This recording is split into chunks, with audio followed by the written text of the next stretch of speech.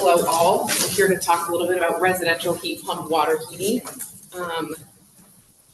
Oops, wrong way. Yeah. Okay. Share sufficiently when we're sitting there.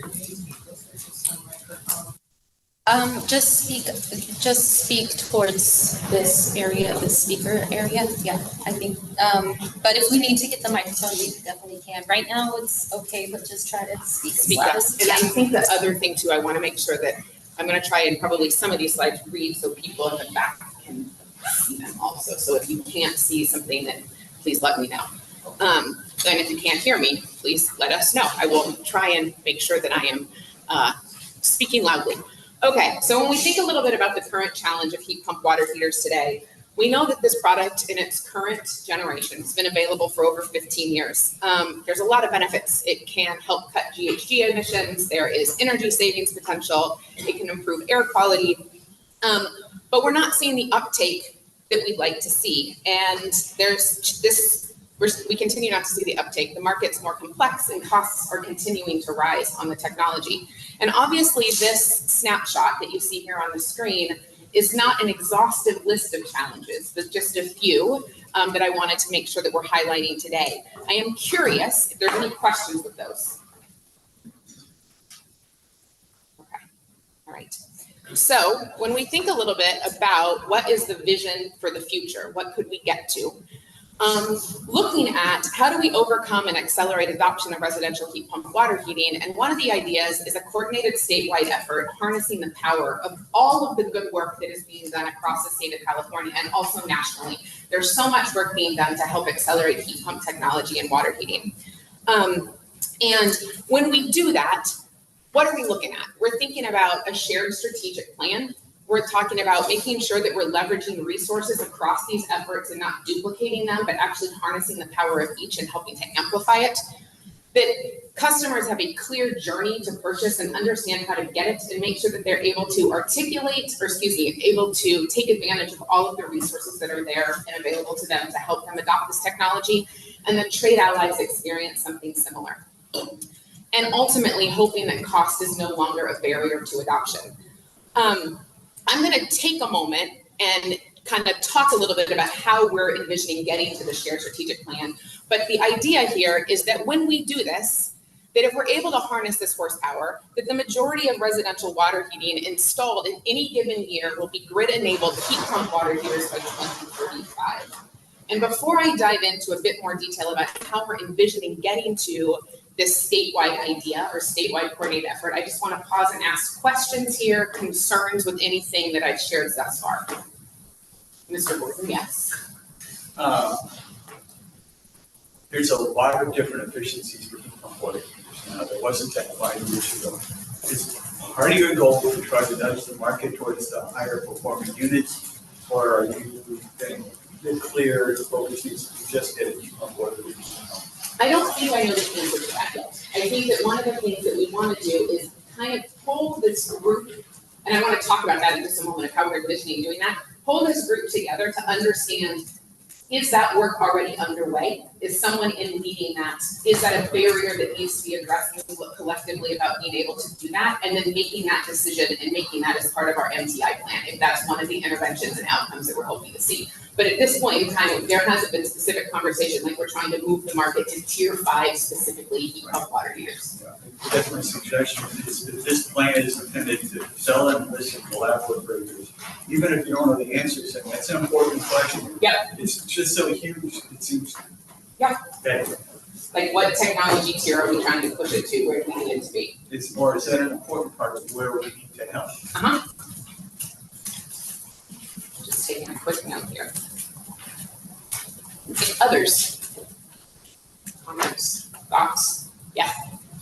Yeah, there's a lot of actors in the space right now trying to promote heat pump water heaters. So I think having a good inventory of who's doing what, and then seeing where the gaps are that where CalMTA could fill, I think that should be, a way to identify the areas of focus. One area that I don't see necessarily a lot of effort in is, and this is just a crusade I happen to be on right now, and that is how to reduce the use of the electric resistance heating in heat pump water heaters. Most of, I'll say not all, but most of the 240 volt heat pump water heaters are hybrid. So they have something like a 500 watt compressor, but then they have, a 4.5 kW electric resistance heater in most cases, with the right control, if you strip heater isn't necessary or at least doesn't have to come on, but so there's a controls issue that I think needs to be also addressed, in addition to all the communications and the demand response and all of that. So this is similar, adjacent to that, but it's a somewhat different issue than just having connectivity. Yeah.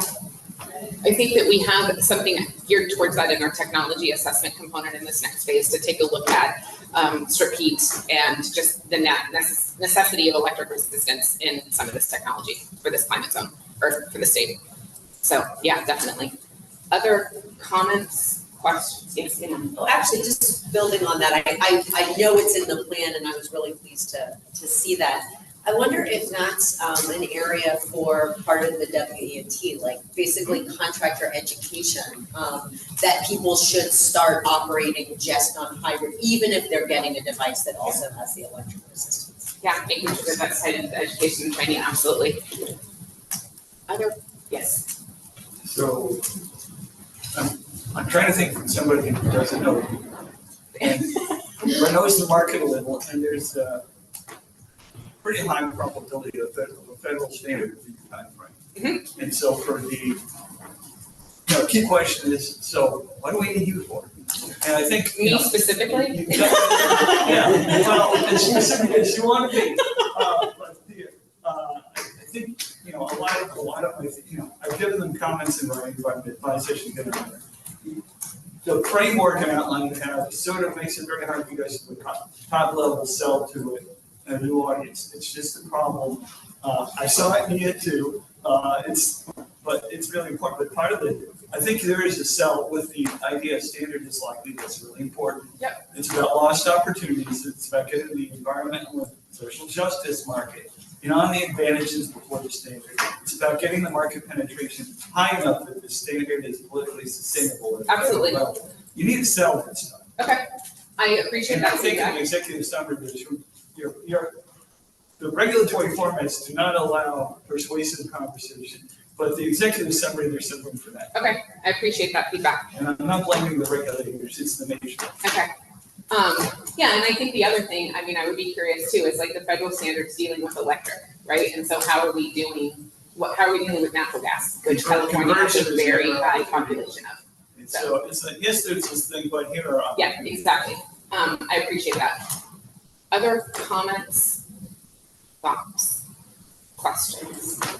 Okay, I'm gonna go to the next slide. So let's talk a little bit about how we're thinking of getting to this coordinated, where we're all holding hands and singing Kumbaya together on a statewide heat pump water heater approach. So you've seen this pathway to, you've seen this diagram before. Stacey just showed it to you, looking at where these various initiatives sit in our path to an MTI plan. And I've removed the other ones just to focus on residential heat pump water heaters today. And a couple of things I just want to talk about. So while we're doing this advancement plan, and I want to just make sure that we're all kind of looking at this, we're talking apples to apples when we talk about this today and what we're proposing to do in this next phase. So during this next phase of work, after, as we're doing the market research and technology assessment, our intention is, Randall, to do kind of just what you said, a deep dive to make sure that we have a really clear understanding and picture of all of the players in this landscape. And we've done some of that to prepare, obviously, this advancement plan, but want to take the time to really roll up our sleeves and make sure that we have identified those key critical partners and possibly ones that we're just not aware of yet today. And we want to work with those partners and develop this statewide shared strategic plan and strategy during this next phase of work. And also the other thing is gauge their appetite, because I can want them to play with us. They might not want to play. So how are we going to do that? What is our collaborative approach to get people around the table and looking at that as space where we can share innovation and really uncover collectively what is necessary to be done to move this technology forward? And what are the unique shared barriers that are really ripe for market transformation to help illuminate what the role of CalMTA should be in this next cycle? So when we do that, coupled with the market and technology research in this next phase, the idea is to harness the horsepower of that collective knowledge and that research and develop this residential heat pump water heating MTI plan. And in that, we would identify what is the appropriate role for CalMTA, what are the unique barriers that are, make the most sense from a market transformation lens, and how are we going to keep all rows or all oars rowing in the same direction as we continue to move this forward, with a really clear understanding of long-term and short-term goals, key metrics and outcomes, and a really robust logic model. Because one of the things I just want to acknowledge is there wasn't a logic model in this advancement plan. There was not a conceptual logic model. Because we really want to make sure that we're doing that collaborative work to understand the true pathway for market transformation for this technology and not duplicating efforts that are already underway and assuming roles without having deeper and more robust conversations. So, questions with that? I have one quick comment. Yes. To slip out. I'm very sorry. Okay. I missed part of your presentation, but I've thought about this MTI a lot from going back to the question of like, is it necessary? There's such a saturated landscape. Yeah. And I know as I've communicated in prior meetings, I come in on the side of this is a good idea to do this research and pursue. So I've come in on the thumbs up side, but I continue to have that reflexive question.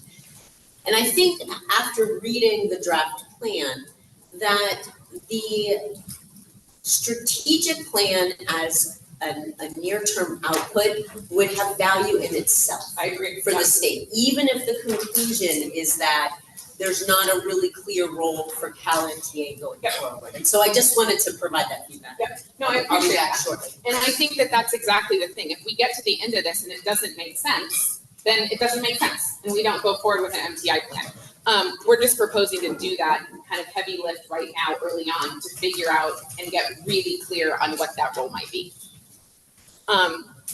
Other questions with this approach or anything that I've said when trying to explain this approach thus far? Okay, going to the next one. So product definition. For those in the back of the room, I'm just going to read it.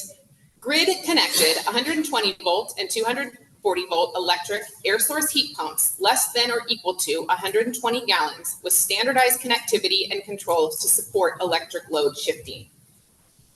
Obviously, this is a very high-level product description, but I'm just curious, is there anything you'd expect to see here that isn't here?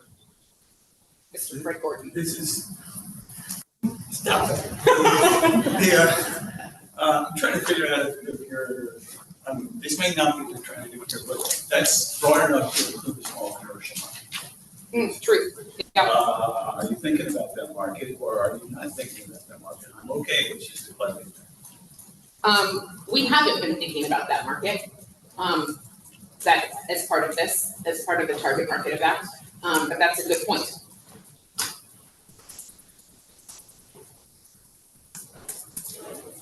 Other comments, questions, things you would expect to see in this definition that are not there? Okay, so let's talk a little bit about target market.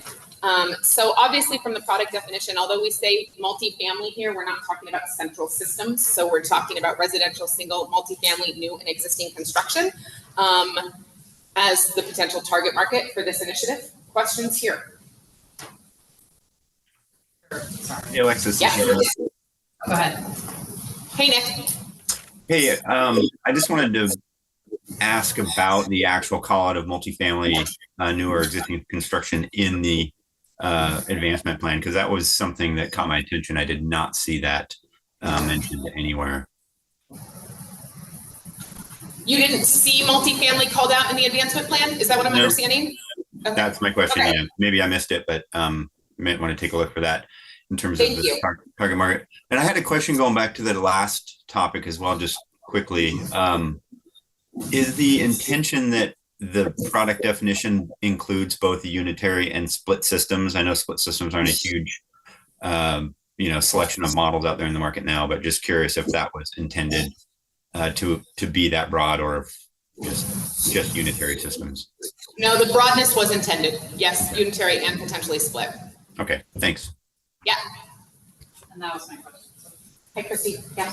So the load shift capability that is part of the technology description, does the scope really end there, or is there a view or investigation to actually implementing a load shift?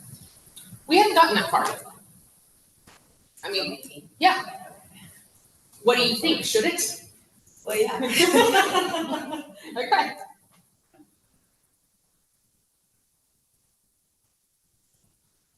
Just taking a note here. Other thoughts, comments, questions? All right. Okay, so assumed barriers.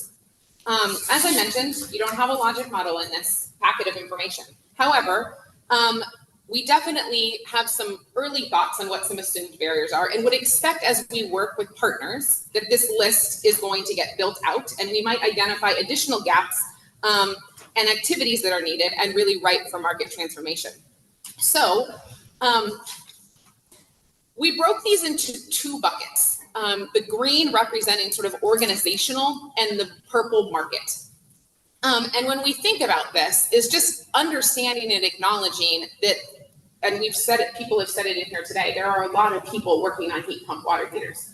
It is, and it's getting more complex as more and more programs and opportunities. Heat pump water heaters are recognized as a technology that can help meet needs across a variety of different things.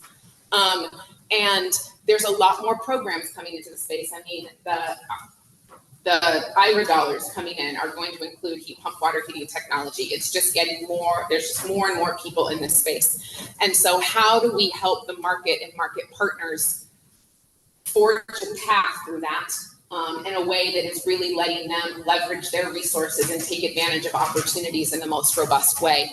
And the other thing, I've been working on heat pump water heaters since 2009. And it's really interesting to see what's going on with some of the other programs that and opportunities that I have to talk to manufacturers with heat pump water heaters of what's going on with manufacturers right now. Their tune has changed. And when I think about 10 years ago, they were so anxious to let's do mailing campaigns, let's collaborate on this, let me throw money at your whatever it might be. And they're getting more and more to the space, and I feel like we can see it, is when they look at what they've developed and invested in product development, the number of different features and mixes that efficiency communities and other programs or other organizations have been looking to have them take on, the staff and resources that they've built to help deliver this technology, and they're still not seeing the uptake that they thought they would see when we were talking to them in 2008 about the product coming off the market. And the other thing that's changed dramatically since that time is the timeline we thought it would take to see that change. When we were having conversations in 2008 and 2009 with the major manufacturers who are still in this market today, we thought we were going to get a standard significantly earlier than we did. So when we just look at their return on investment and what they've spent in this market, they're tired. And I think that there's opportunities to corral and align people and efforts to make sure that their input into the market is amplified in a more robust way. And by collaborating collectively, there's an opportunity, I think, to squeeze more out of them. So the other thing that I would say as far as market barriers go, I mean, I think that we've talked a little bit about this today. California has a high population of natural gas water heating. There is higher operating costs for consumers potentially moving from natural gas water heating, so that's something to think about. Higher installation and equipment costs for a heat pump water heater in comparison to what might be in homes today. And I think anyone that's worked in water heating knows this. Customers care about water heating when it goes out. They're not inviting people into their home to be like, look at my snazzy new water heater I just bought. That just isn't happening. So how do we get them interested when they need to be interested and get them to choose heat pump water heaters, be aware of it and know that they can do it? And installers, we also know, are reluctant to promote and are not convinced of the business case for some of the same reasons that we've talked about with manufacturers already. So why should they pivot and care and start recommending heat pump water heaters to customers when they are sitting across that kitchen table or on the phone with them, trying to sell them on what's the appropriate technology for their house and what's the opportunity out there for them to make a change? And also, it's a more complex installation. It just is. Than a lot of standard equipment that's in homes today. So, questions with that? Big, huge, overarching barriers that you don't see here that you would say, Alexis, that should totally be on the screen. Chrissy. I wasn't gonna say not so much as it really feels like the difference between existing electric, the market of existing electric water heaters is so different from the market of existing gas that we should probably be really bifurcating our research and thinking across those two. And I think the other thing that we've been thinking a little bit is like how, completely agree. And then also from like a trades perspective, are there ways that we can use electric, which is potentially a bit easier of a transition to get trades more comfortable with technology? So how can we use that small population of electric water heating in California, leverage that to like bring a springboard to help accelerate the gas side too? But I agree, like they are very different markets with different challenges. Questions, other questions and thoughts? Barriers you would expect to see at this early stage up there that are not there. Okay. So let's talk a little about opportunities. And so when I think of this for market transformation, I think about sort of like what is already underway that we can sort of hitch our cart to give our MTI a bit more oomph so that pushing that boulder up the hill is not quite as hard. So here are some things on the screen. And again, for people in the back, I pardon for those of you on the phone because I am going to read this slide. So we're proposing that we leverage existing California regional and national programs aimed at increasing heat pump water heater adoption. We've talked about this today. There's a lot out there. There's a lot of opportunity to see where we might be able to collaborate and coordinate. There is the 2029 federal standard that Fred brought up earlier. We have the California Air Resource Board zero emissions efforts. Title 24's heat pump water heater efforts. And I've already talked a little bit about the Inflation Reduction Act programs that are coming that are intended to also include heat pump water heater technology. Other things from those of you who have spent a little time thinking about water heaters, other opportunities that are not up here that you would add, or ones you have questions about that I mentioned this morning. Right. I'm not sure the long share, but one of the opportunities we've got is the Northwest has gotten into double digits. And so you have Double-digit market share? Like, yeah. And again, a lot of it's electric based, so there's a big problem down here. But you have manufacturers who know what success at a certain, they still don't know, of course, but at a certain scale looks like. Yep. So there's something to leverage. Yep, and they also have experience with statewide programs. Like when you talk to them, it's kind of like, what should we do? How can we do this? And they talked about the Northwest and, Vermont and Maine. And so that they definitely have experience. Randall. The local air districts, particularly South Coast Air Quality Management District and Bay Area Air Quality Management District, right? I think South Coast is ahead of CARB right now. And they just voted to, I think still has to go for a final vote, but they pretty much decided to only, or I forget how it is, I think it's outlaw combustion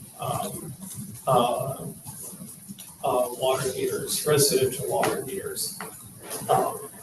So one of the issues, a little bit of a challenge there is, aligning all the air quality management districts in CARB with respect to those regulations. The South Coast has been nationally influential in the past, like when they passed say, a low NOx requirement for gas, all the manufacturers changed all of their water heaters to meet that low NOx requirement. Yeah. So they stopped selling anything throughout the nation if they couldn't sell it in the South Coast Air Quality Management District. So they historically have had a lot of influence on the industry. Thank you. Other ideas? Yeah. So when you look at the existing programs in California, and maybe you haven't done this yet, but just curious, I mean, hearing a lot about rebates and you know, tax credits or whatever. Right. Offer will be, or is, are there others? I mean, or is it, are you finding it's largely been financial, you know, buying down the cost of the product? Like what other programs, interventions might be? Yeah, I mean, have you seen other ones besides that? I mean, I would say that by and large, like cursory look, right? Like we're gonna dig a little bit deeper, but a lot of incentives. I think that there is definitely some training that is going on potentially with like trades. But I would say that that's the majority of what we've seen. I have a giant spreadsheet that I can pull up at the break and circle back and let you know if I'm changing my answer to that. Well, I know you don't have a logic model, so it's sort of like, you know, but it's like what's covered, Yeah. you know, that you might pursue and just curious. Yeah. It seems, And while there's it might be crowded, it might be crowded for a largely singular. totally, effort, yeah. and it might not be crowded enough in certain areas, right? And so, yeah, I think that we don't know the answer to that. The other thing that I think that is not just to understand the programmatic activities in this next phase, but also planned research. Because there has been a tremendous amount of research that's been done. And so you might have noticed in the technology assessment portion of this, we tried to make it clear that it's like before we pull the trigger on any of this, we're gonna do a bit of a scan to make sure that we're not duplicating efforts, or if someone hasn't kickstarted something similar, that we might be able to come in and partner with them on, because it's not just like the programs itself, there's just so much research activity in this space also. Other questions? Okay. So we did identify a couple of early interventions that we fleshed out. One being this collaborative statewide heat pump water heater strategic plan development. And I'm going to dive in a bit more detail of what we're kind of thinking that might include in just a moment. But the other thing is, we know that no plan really survives first touch with reality. And that you can have a great plan, but if you're not monitoring it and exploring it and making sure that it's going the direction that you want, it just kind of dies at the bottom of the desk drawer. So the other thing that we have thought about is helping to facilitate this idea of this strategic plan and collaborative effort, but at the same time, understanding that there is a role for ongoing monitoring, execution, and coordination. And like I said, I'm going to talk a little bit more about those two early interventions right now. So when we think about what the strategic plan might include, again, I'm going to read these just so people in the back can see them. We want to make sure that we're identifying shared barriers, risks, and interventions to really understand what the programs are doing, what barriers are they experiencing, what barriers are we seeing, and what are the risks? Are we all kind of dancing to the beat of the same drum when we think about risks to this market? Creating, hopefully, shared short and long-term goals with clear ideas and understandings of roles and responsibilities. So when we start talking about those intervention strategies, Stacey, to your point, if the costs and the incentives are there, that might not be something that everyone else needs to do. How do we make sure that we're pointing customers, trades, the supply chain, everyone to what's there, and making sure that those funds are graded effectively? Exploring alignment across program efforts, whether that be messaging, promotion, training, again, not wanting to duplicate, but where is it that we can leverage each other's work and understand if it's already there, we might not need to spend the resources in that same space. They were all kind of looking at a shared pathway to these federal and state standards and codes, that timelines, what we think is necessary to help support those, what market momentum is necessary to make sure that they stick, and we're all aligned on that. And also really using this time to illuminate market gaps and opportunities to find out if there is a role for CalMTA and where it would best fit. And so as we go through this, again, it might come out the other end that it's covered and it just needs to be coordinated and the strategic plan is an effort of itself. Or we might uncover areas where some market transformation is necessary. And what does that look like? Right? Undersea, explore whether there's a need for a specification alignment. Yep.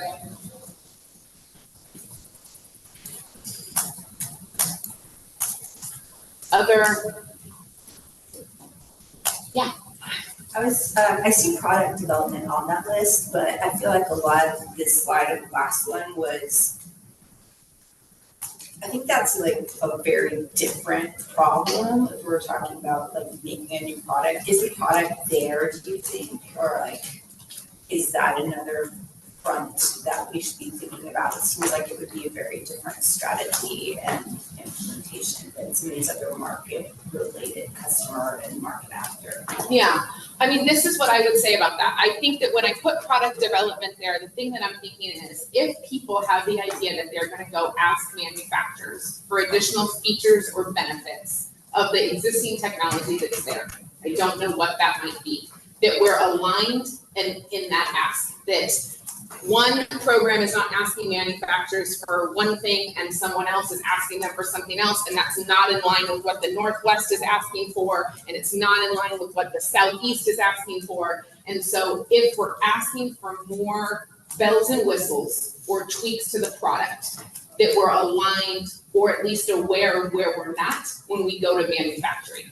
I don't necessarily think, and I would be curious, there's lots of people in this room that have a lot of heat pump water heater experience as well. I don't necessarily think the product isn't there. I think that we've got the product. But I'm curious if there's, I don't know if you have, Jeff. I think that one of the early on barriers that was identified is that, they don't fit into the Yep.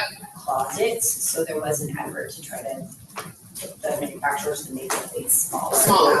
Or rectangular or something like that. Totally. And we've had some conversations with various programs in California that are kind of exploring that right now.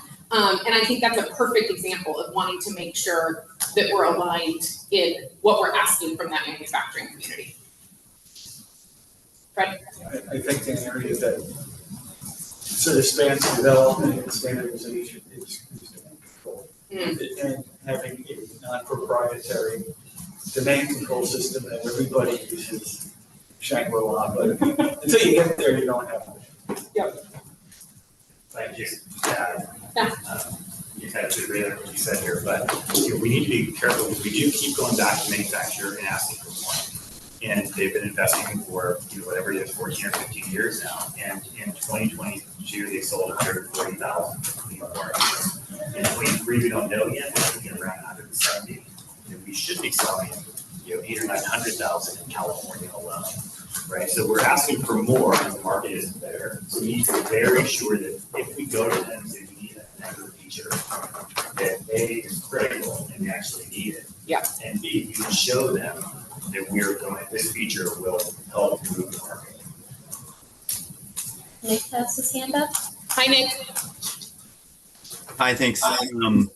Yeah, I guess building off of Jeff Mitchell's comment there, an important area thinking about multifamily is with regards to meeting the more challenging installation applications, and multifamily is a really good example of that. And with multifamily potentially being a good leverage point and having other benefits such as ESG benefits as well, that would be an important aspect and maybe one area where conversations with manufacturers, and these are things that, work that we're doing at NIA, is already focused on. But I think building alignment with efforts in California around targeting these challenging applications and installation conditions would be a really important aspect for statewide collaboration. That's one. And I had a second one too, which is, again, I think a really potentially important strategic intervention. And I know you talk about it, and I just want to emphasize the potential value of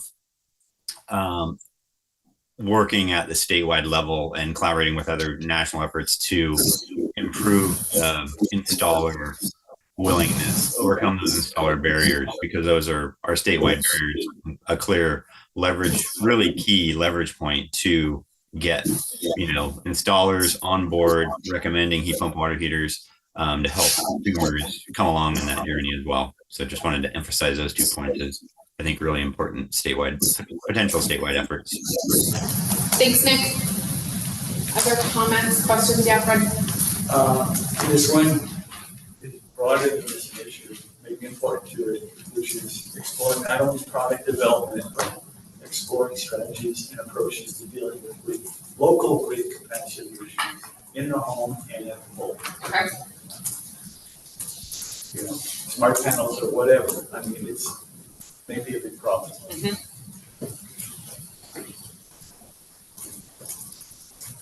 Okay.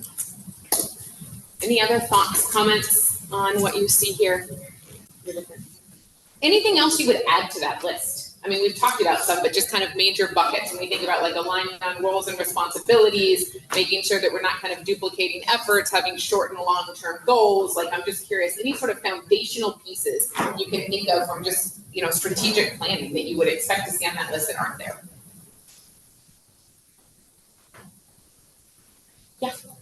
I'm not sure what it is, but my thought goes to something about funding, financing, money, Yeah. Budget. Yep. So identifying, what's the available funding, is it adequate? Yep. Well, and also the other thing when you think about programs too, the timelines, right? Like when people have access to fund, like, Yeah. so yeah, totally. So, yeah, a financing plan, funding plan. Yep. And, a strategy for additional funding needed to get it. Okay. Anything else? Okay. So when we talk about sort of the strategic plan execution and monitoring, wanting to make sure that those coordination efforts are identified, that once this plan has been baked, and if we move forward with this as an idea, that we are facilitating ongoing engagement, that we are identifying needs as that plan evolves and the market evolves, and potentially, some of the interventions or ideas that we had early on might need to be tweaked and modified as we go. And that we're monitoring success, and we've clearly articulated the metrics that we're measuring to measure success. So, any questions with any of that? All right. Let's just one Yeah. more. I mean, Yeah. it's a plan that other people are implementing. Like, let's just say this back to deployment, and the strategic plan is the implementation, right? I mean, so you're just we would be monitoring how successful these other groups that were in achieving their goals, or, I mean. I don't necessarily think that I was seeing that it would be the role of CalMTA to monitor the individual programs. I think that if we identified shared goals and roles and responsibilities potentially across these other programs, it might be our role to be like, is that working? Are they delivering? Like, you signed up to, I'm making this up, you are the prime lead in training materials. Do we have those? Are they working? Do they fit the need? So monitoring this kind of statewide approach, but not necessarily the individual programs that we're kind of harnessing the collective horsepower of at that level. I wasn't thinking that it would be that far in.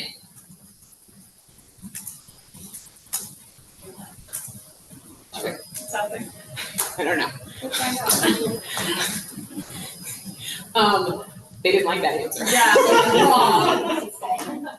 I don't know if that's in here. If you want me to go get there. I don't want to talk about it. We don't want to talk about Do we want to? Oh, okay. Are we good? No, See if they can. Oh, here we go. Stop. Okay. Good job, Fred. Or Nelson will learn. Go work. Thank you. Steve, did that answer that for you? Yes, Okay. yeah. Yeah, I mean, I think it's TBD for a bit, but, obviously, if they're playing a role and that role stops being played, Yeah. then, yeah.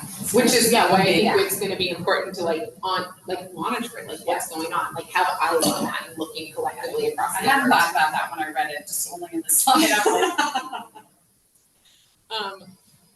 Okay. It's getting louder. All right. So, preliminary MT theory. So if we create a coordinated statewide effort that creates clear roles and responsibilities, avoiding duplicate efforts, we anticipate that program costs can be shared and the cost to California is potentially ultimately reduced, because maybe we're making the change happen faster, or we're not both spending dollars in the same space. We might be able to leverage more money from the market, so we're not having to absorb all of the cost. So some thinking there. If we create a coordinated statewide effort that creates consistency for manufacturers, we anticipate that supply chain awareness and participation will increase. If we create a coordinated statewide effort that also coordinates messaging and grades incentives, customers will experience a clean customer journey, resulting in increased adoption. And I think that customers there, both in customers and trade ally partners. Should I pause while we work on that sound or keep going? Okay. I'm not hearing anything from, Okay. so yeah. All right. Okay, you guys let me know. Okay, and if we co-create this strategy with market actors, one of the things that I think is so important sometimes when you're working on this stuff is inviting them to be part of the innovation. If they understand where you're trying to go, your timelines for when you think to get there, and the plans that you're putting forth incorporate the needs of the market, the needs of what they're experiencing, our hope is that they will invest in the effort and in the market, and their business practices will start to change. Questions with any of that? Anyone want to kind of punch holes in that logic? Right? It's just one more at the top. If you create a compelling value proposition for working on this strategic planning together, Yeah, they'll show up. fair. Yep. I'll call you. I mean, that's not a certain thing. Yep. Yeah, I'm not gonna lie, that I lose a little sleep over that one. It's possible. Some pizza. Any questions, thoughts, other comments on preliminary thoughts? Okay, so when we do all of this, and the initiative has, our collective efforts have been launched and the initiative is going, we have this statewide coordinated approach. What we would be hoping to see is that customers can understand about this technology and know what they can expect from it in their home. It's different. I think wanting to make sure that no customer is surprised by that. You want to make sure that they know and understand how the technology operates and how it operates differently. And the supply chain embraces and adopts heat pump water heaters and prioritizes it as an opportunity for their business. That we can get there faster and garner more money from the market. And as we move residential water heating to heat pump technology, and that we ultimately are able to accelerate the pace of change and the pace of this heat pump water heating technology being adopted into residential homes. Questions about these outcomes? Randall. Is there a goal we're working towards, like a certain market penetration or number of heat pumps, or that CalMTA is shooting for? Are there other goals that should be supported so that, there's a sort of maybe a clearer sort of end game of where we're trying to get to? Because I think in order for us to determine success or not, we may want to have those kinds of goals in place. Yep. And I think that right now we have one very broad, right? That the majority of water heating by 2035 is heat pump technology and grid enabled. The majority of water heating sold. So, and the intention is that through this kind of collaborative effort, we can align collectively more on exactly some of those finer points. And if there is one that we can kind of all rally behind. And the other thing that I think is going to help us illuminate that a bit is some of the market research that we intend to do in this next phase, which really try and get to understand really what's being sold and where today. And where there is opportunity sooner rather than later in some homes that I also think could help us put a finer point on shorter and long-term, like broad goals. Does that make sense? No. Well, we certainly need to know where we are in order to get to where we want to go. Yeah.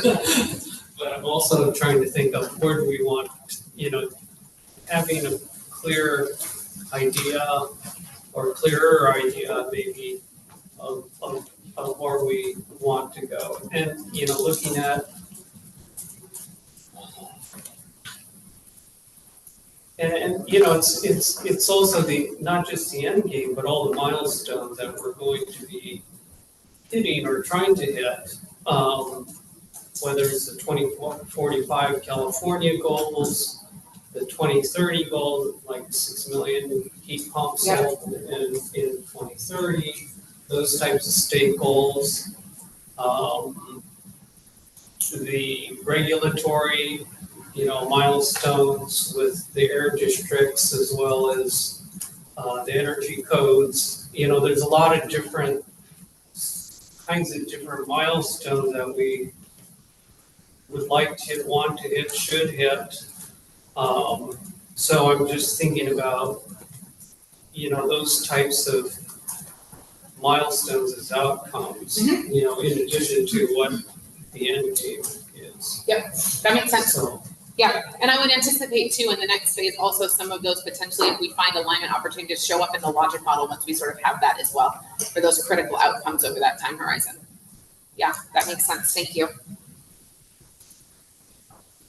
Other questions, thoughts? Okay. So I'm going to talk about a few of the ways that we're thinking about kind of locking this in. So we've already talked a bit about there is this federal standard coming in 2029 and that are requiring heat pump water heaters and wanting to make sure that we create market momentum to ensure that that sticks and it stays. We've talked about CARB. Title 24 is, definitely does heat pump water heater work as well.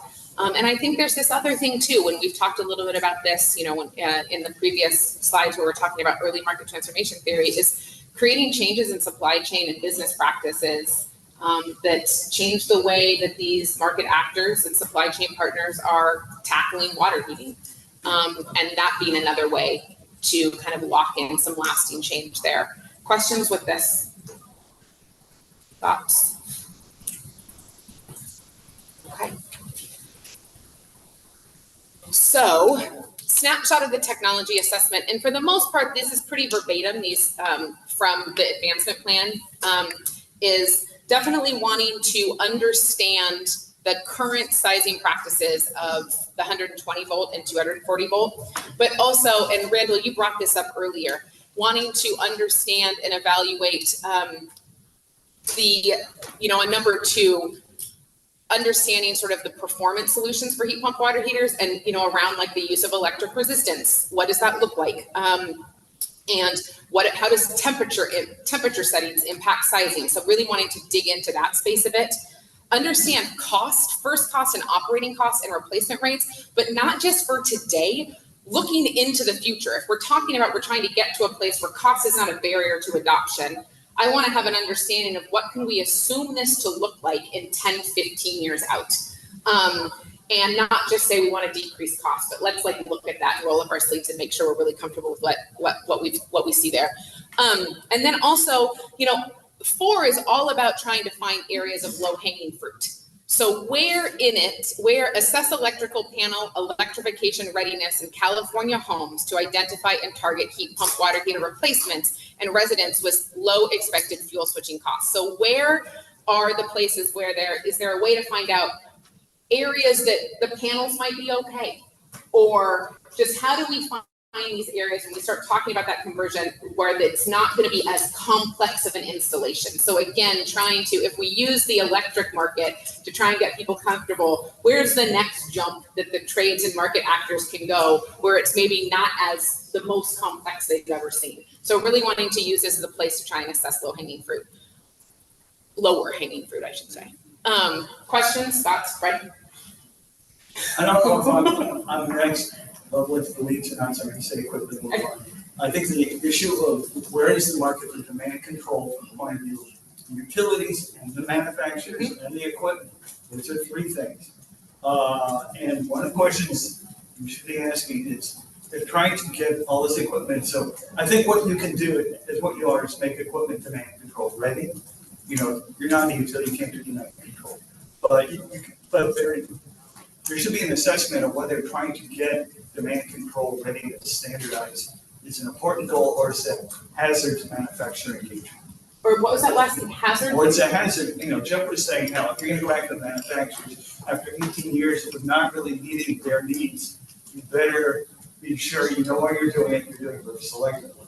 So I'm sort of asking, because I think a lot of people would hate this question, is that really gonna help? Is that gonna work? Yeah, okay, You know, I hope so, but right, I think if you don't ask it as a question, you don't know. okay. Chrissy, did you have something? Okay. All right, so talking about a little bit about market research. So when we think about that, really wanting to, this first part is, we've talked about this today, dig in really deep to make sure we have a clear understanding of the heat pump water heater programs and policy landscape in California.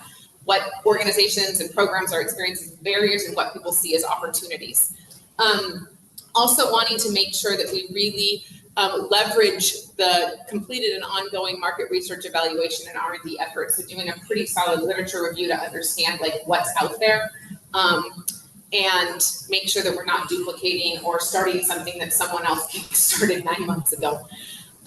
We talked a little bit about this already, is like making sure we have a really clear picture of what the current saturation is and understand where we sit today as far as sales of heat pump water heaters, to really make sure that we can characterize the baseline market conditions and develop baseline market forecast.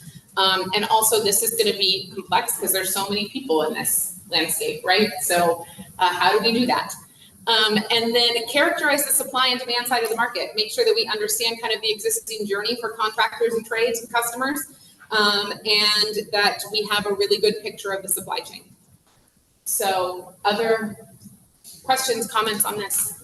Ready? Oh. To the extent possible, and I know that there's always sample size issues, blah, blah, differentiating the efficiency of pump water heaters would be really valuable, and if you can. Yep. You know, if you have to go to 3 orders of magnitude of the cost, we like to do. But it's gonna be important. Yep. And demand control, sorry. Do you want demand control? I mean, but understanding what's out there. Yep, for sure. Chrissy? I think understanding sort of electrification readiness and what, so if we're saying, you know, there will be some homes where the switch will be easier. I'm not sure, you know, we could have the best product and the best sales, but if somebody has to like redesign their home or get their electrical completely redone, then we're, you know, talking about very different barriers than maybe what could be addressed. Yeah.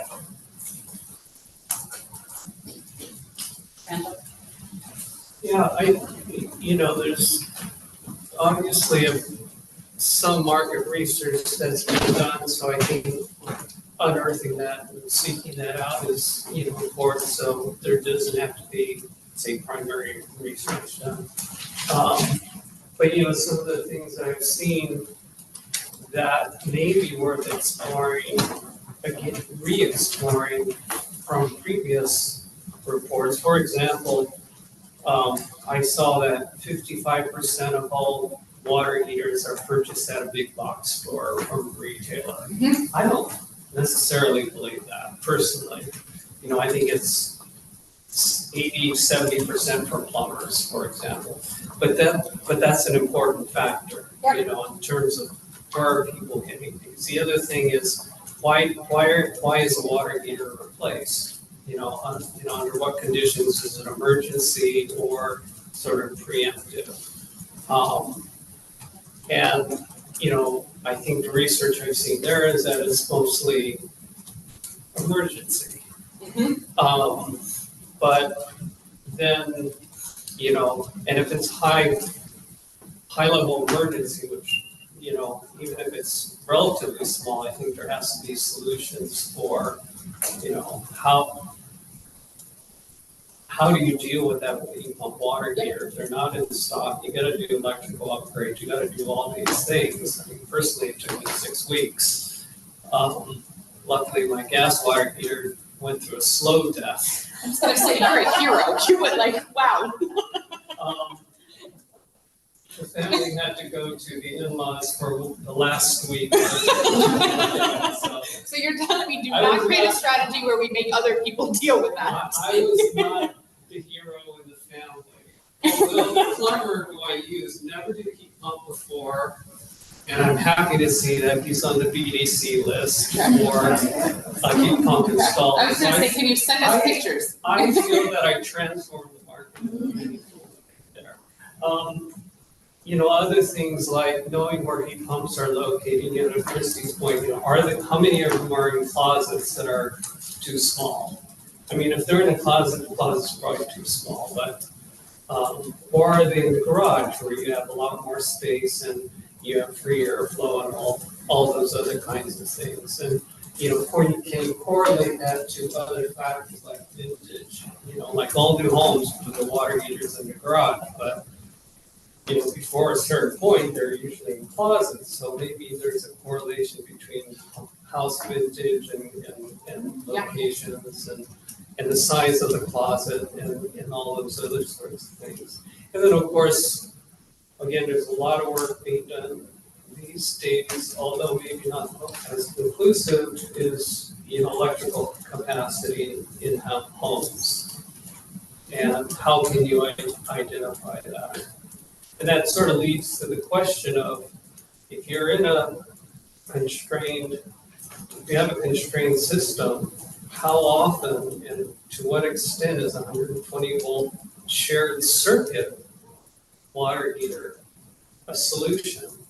Because that might be the low hanging fruit is, you know, where you have a household that doesn't need the higher capacity water heating, that they could have this smaller or any size plug-in shared circuit heat pump water heater.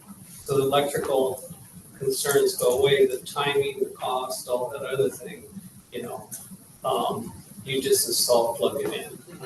So maybe there should be a higher stocking rate of those than, say, a 240 volt 80 gallon water heater, for example. I don't know, but I'm saying, you know, some of the market research identifying the underlying data to get at those strategies could be useful. Yeah, absolutely.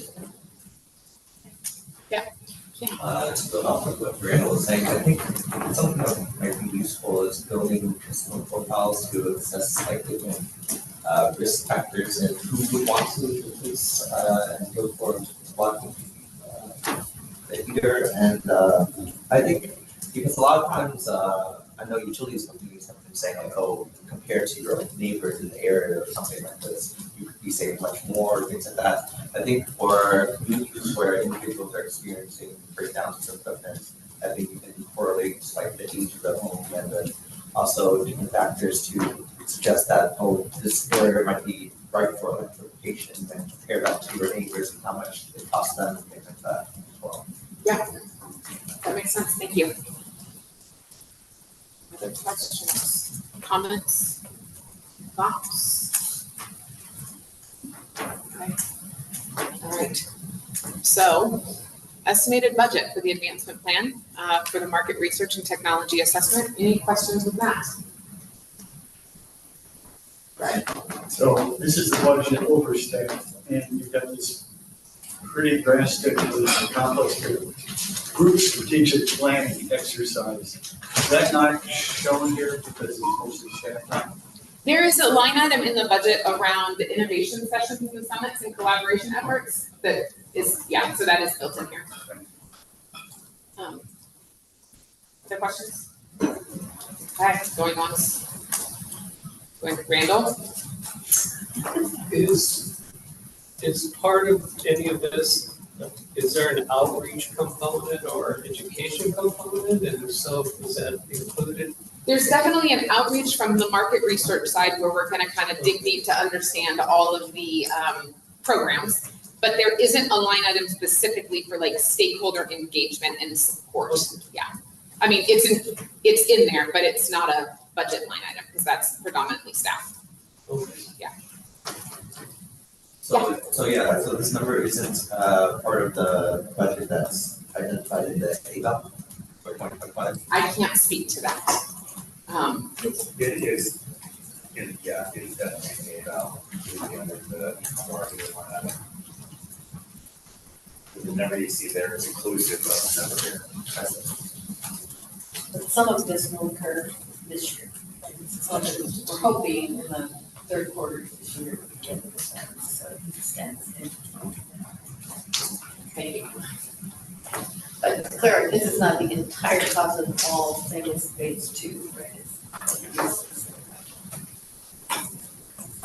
Other questions, comments, right?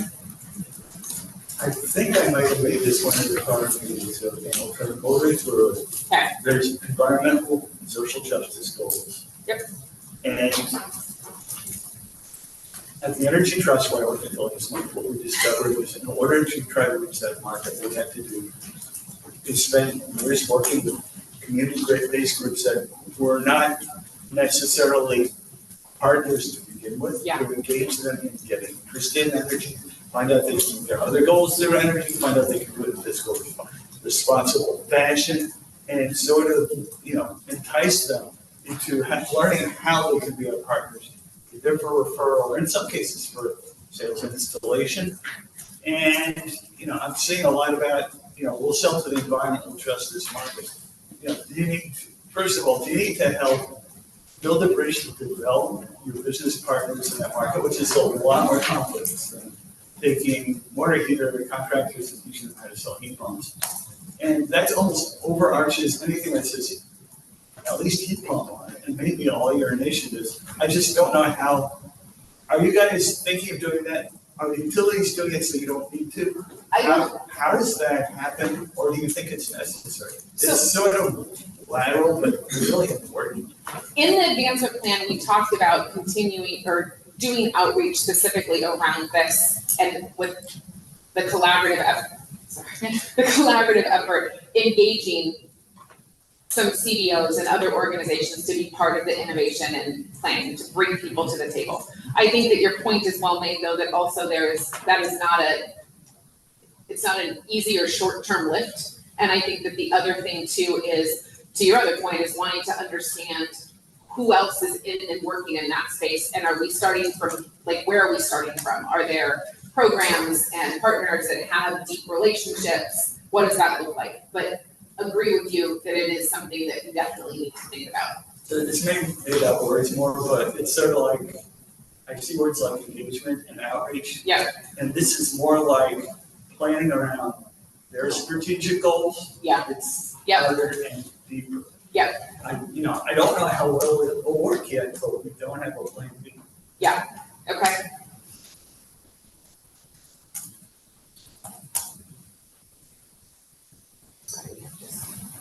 And again, I'm not necessarily saying you're the ones that should do this for all of California. I don't know how it gets done.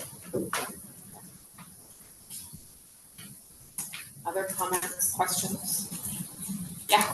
So I know in the advancement plan, on table 6, it estimates 690,000, and so I was wondering what the discrepancy there with my research I just was. saw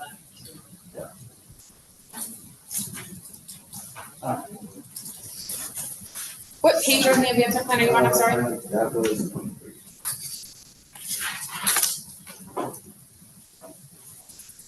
Yeah, I will dig into that, thank you.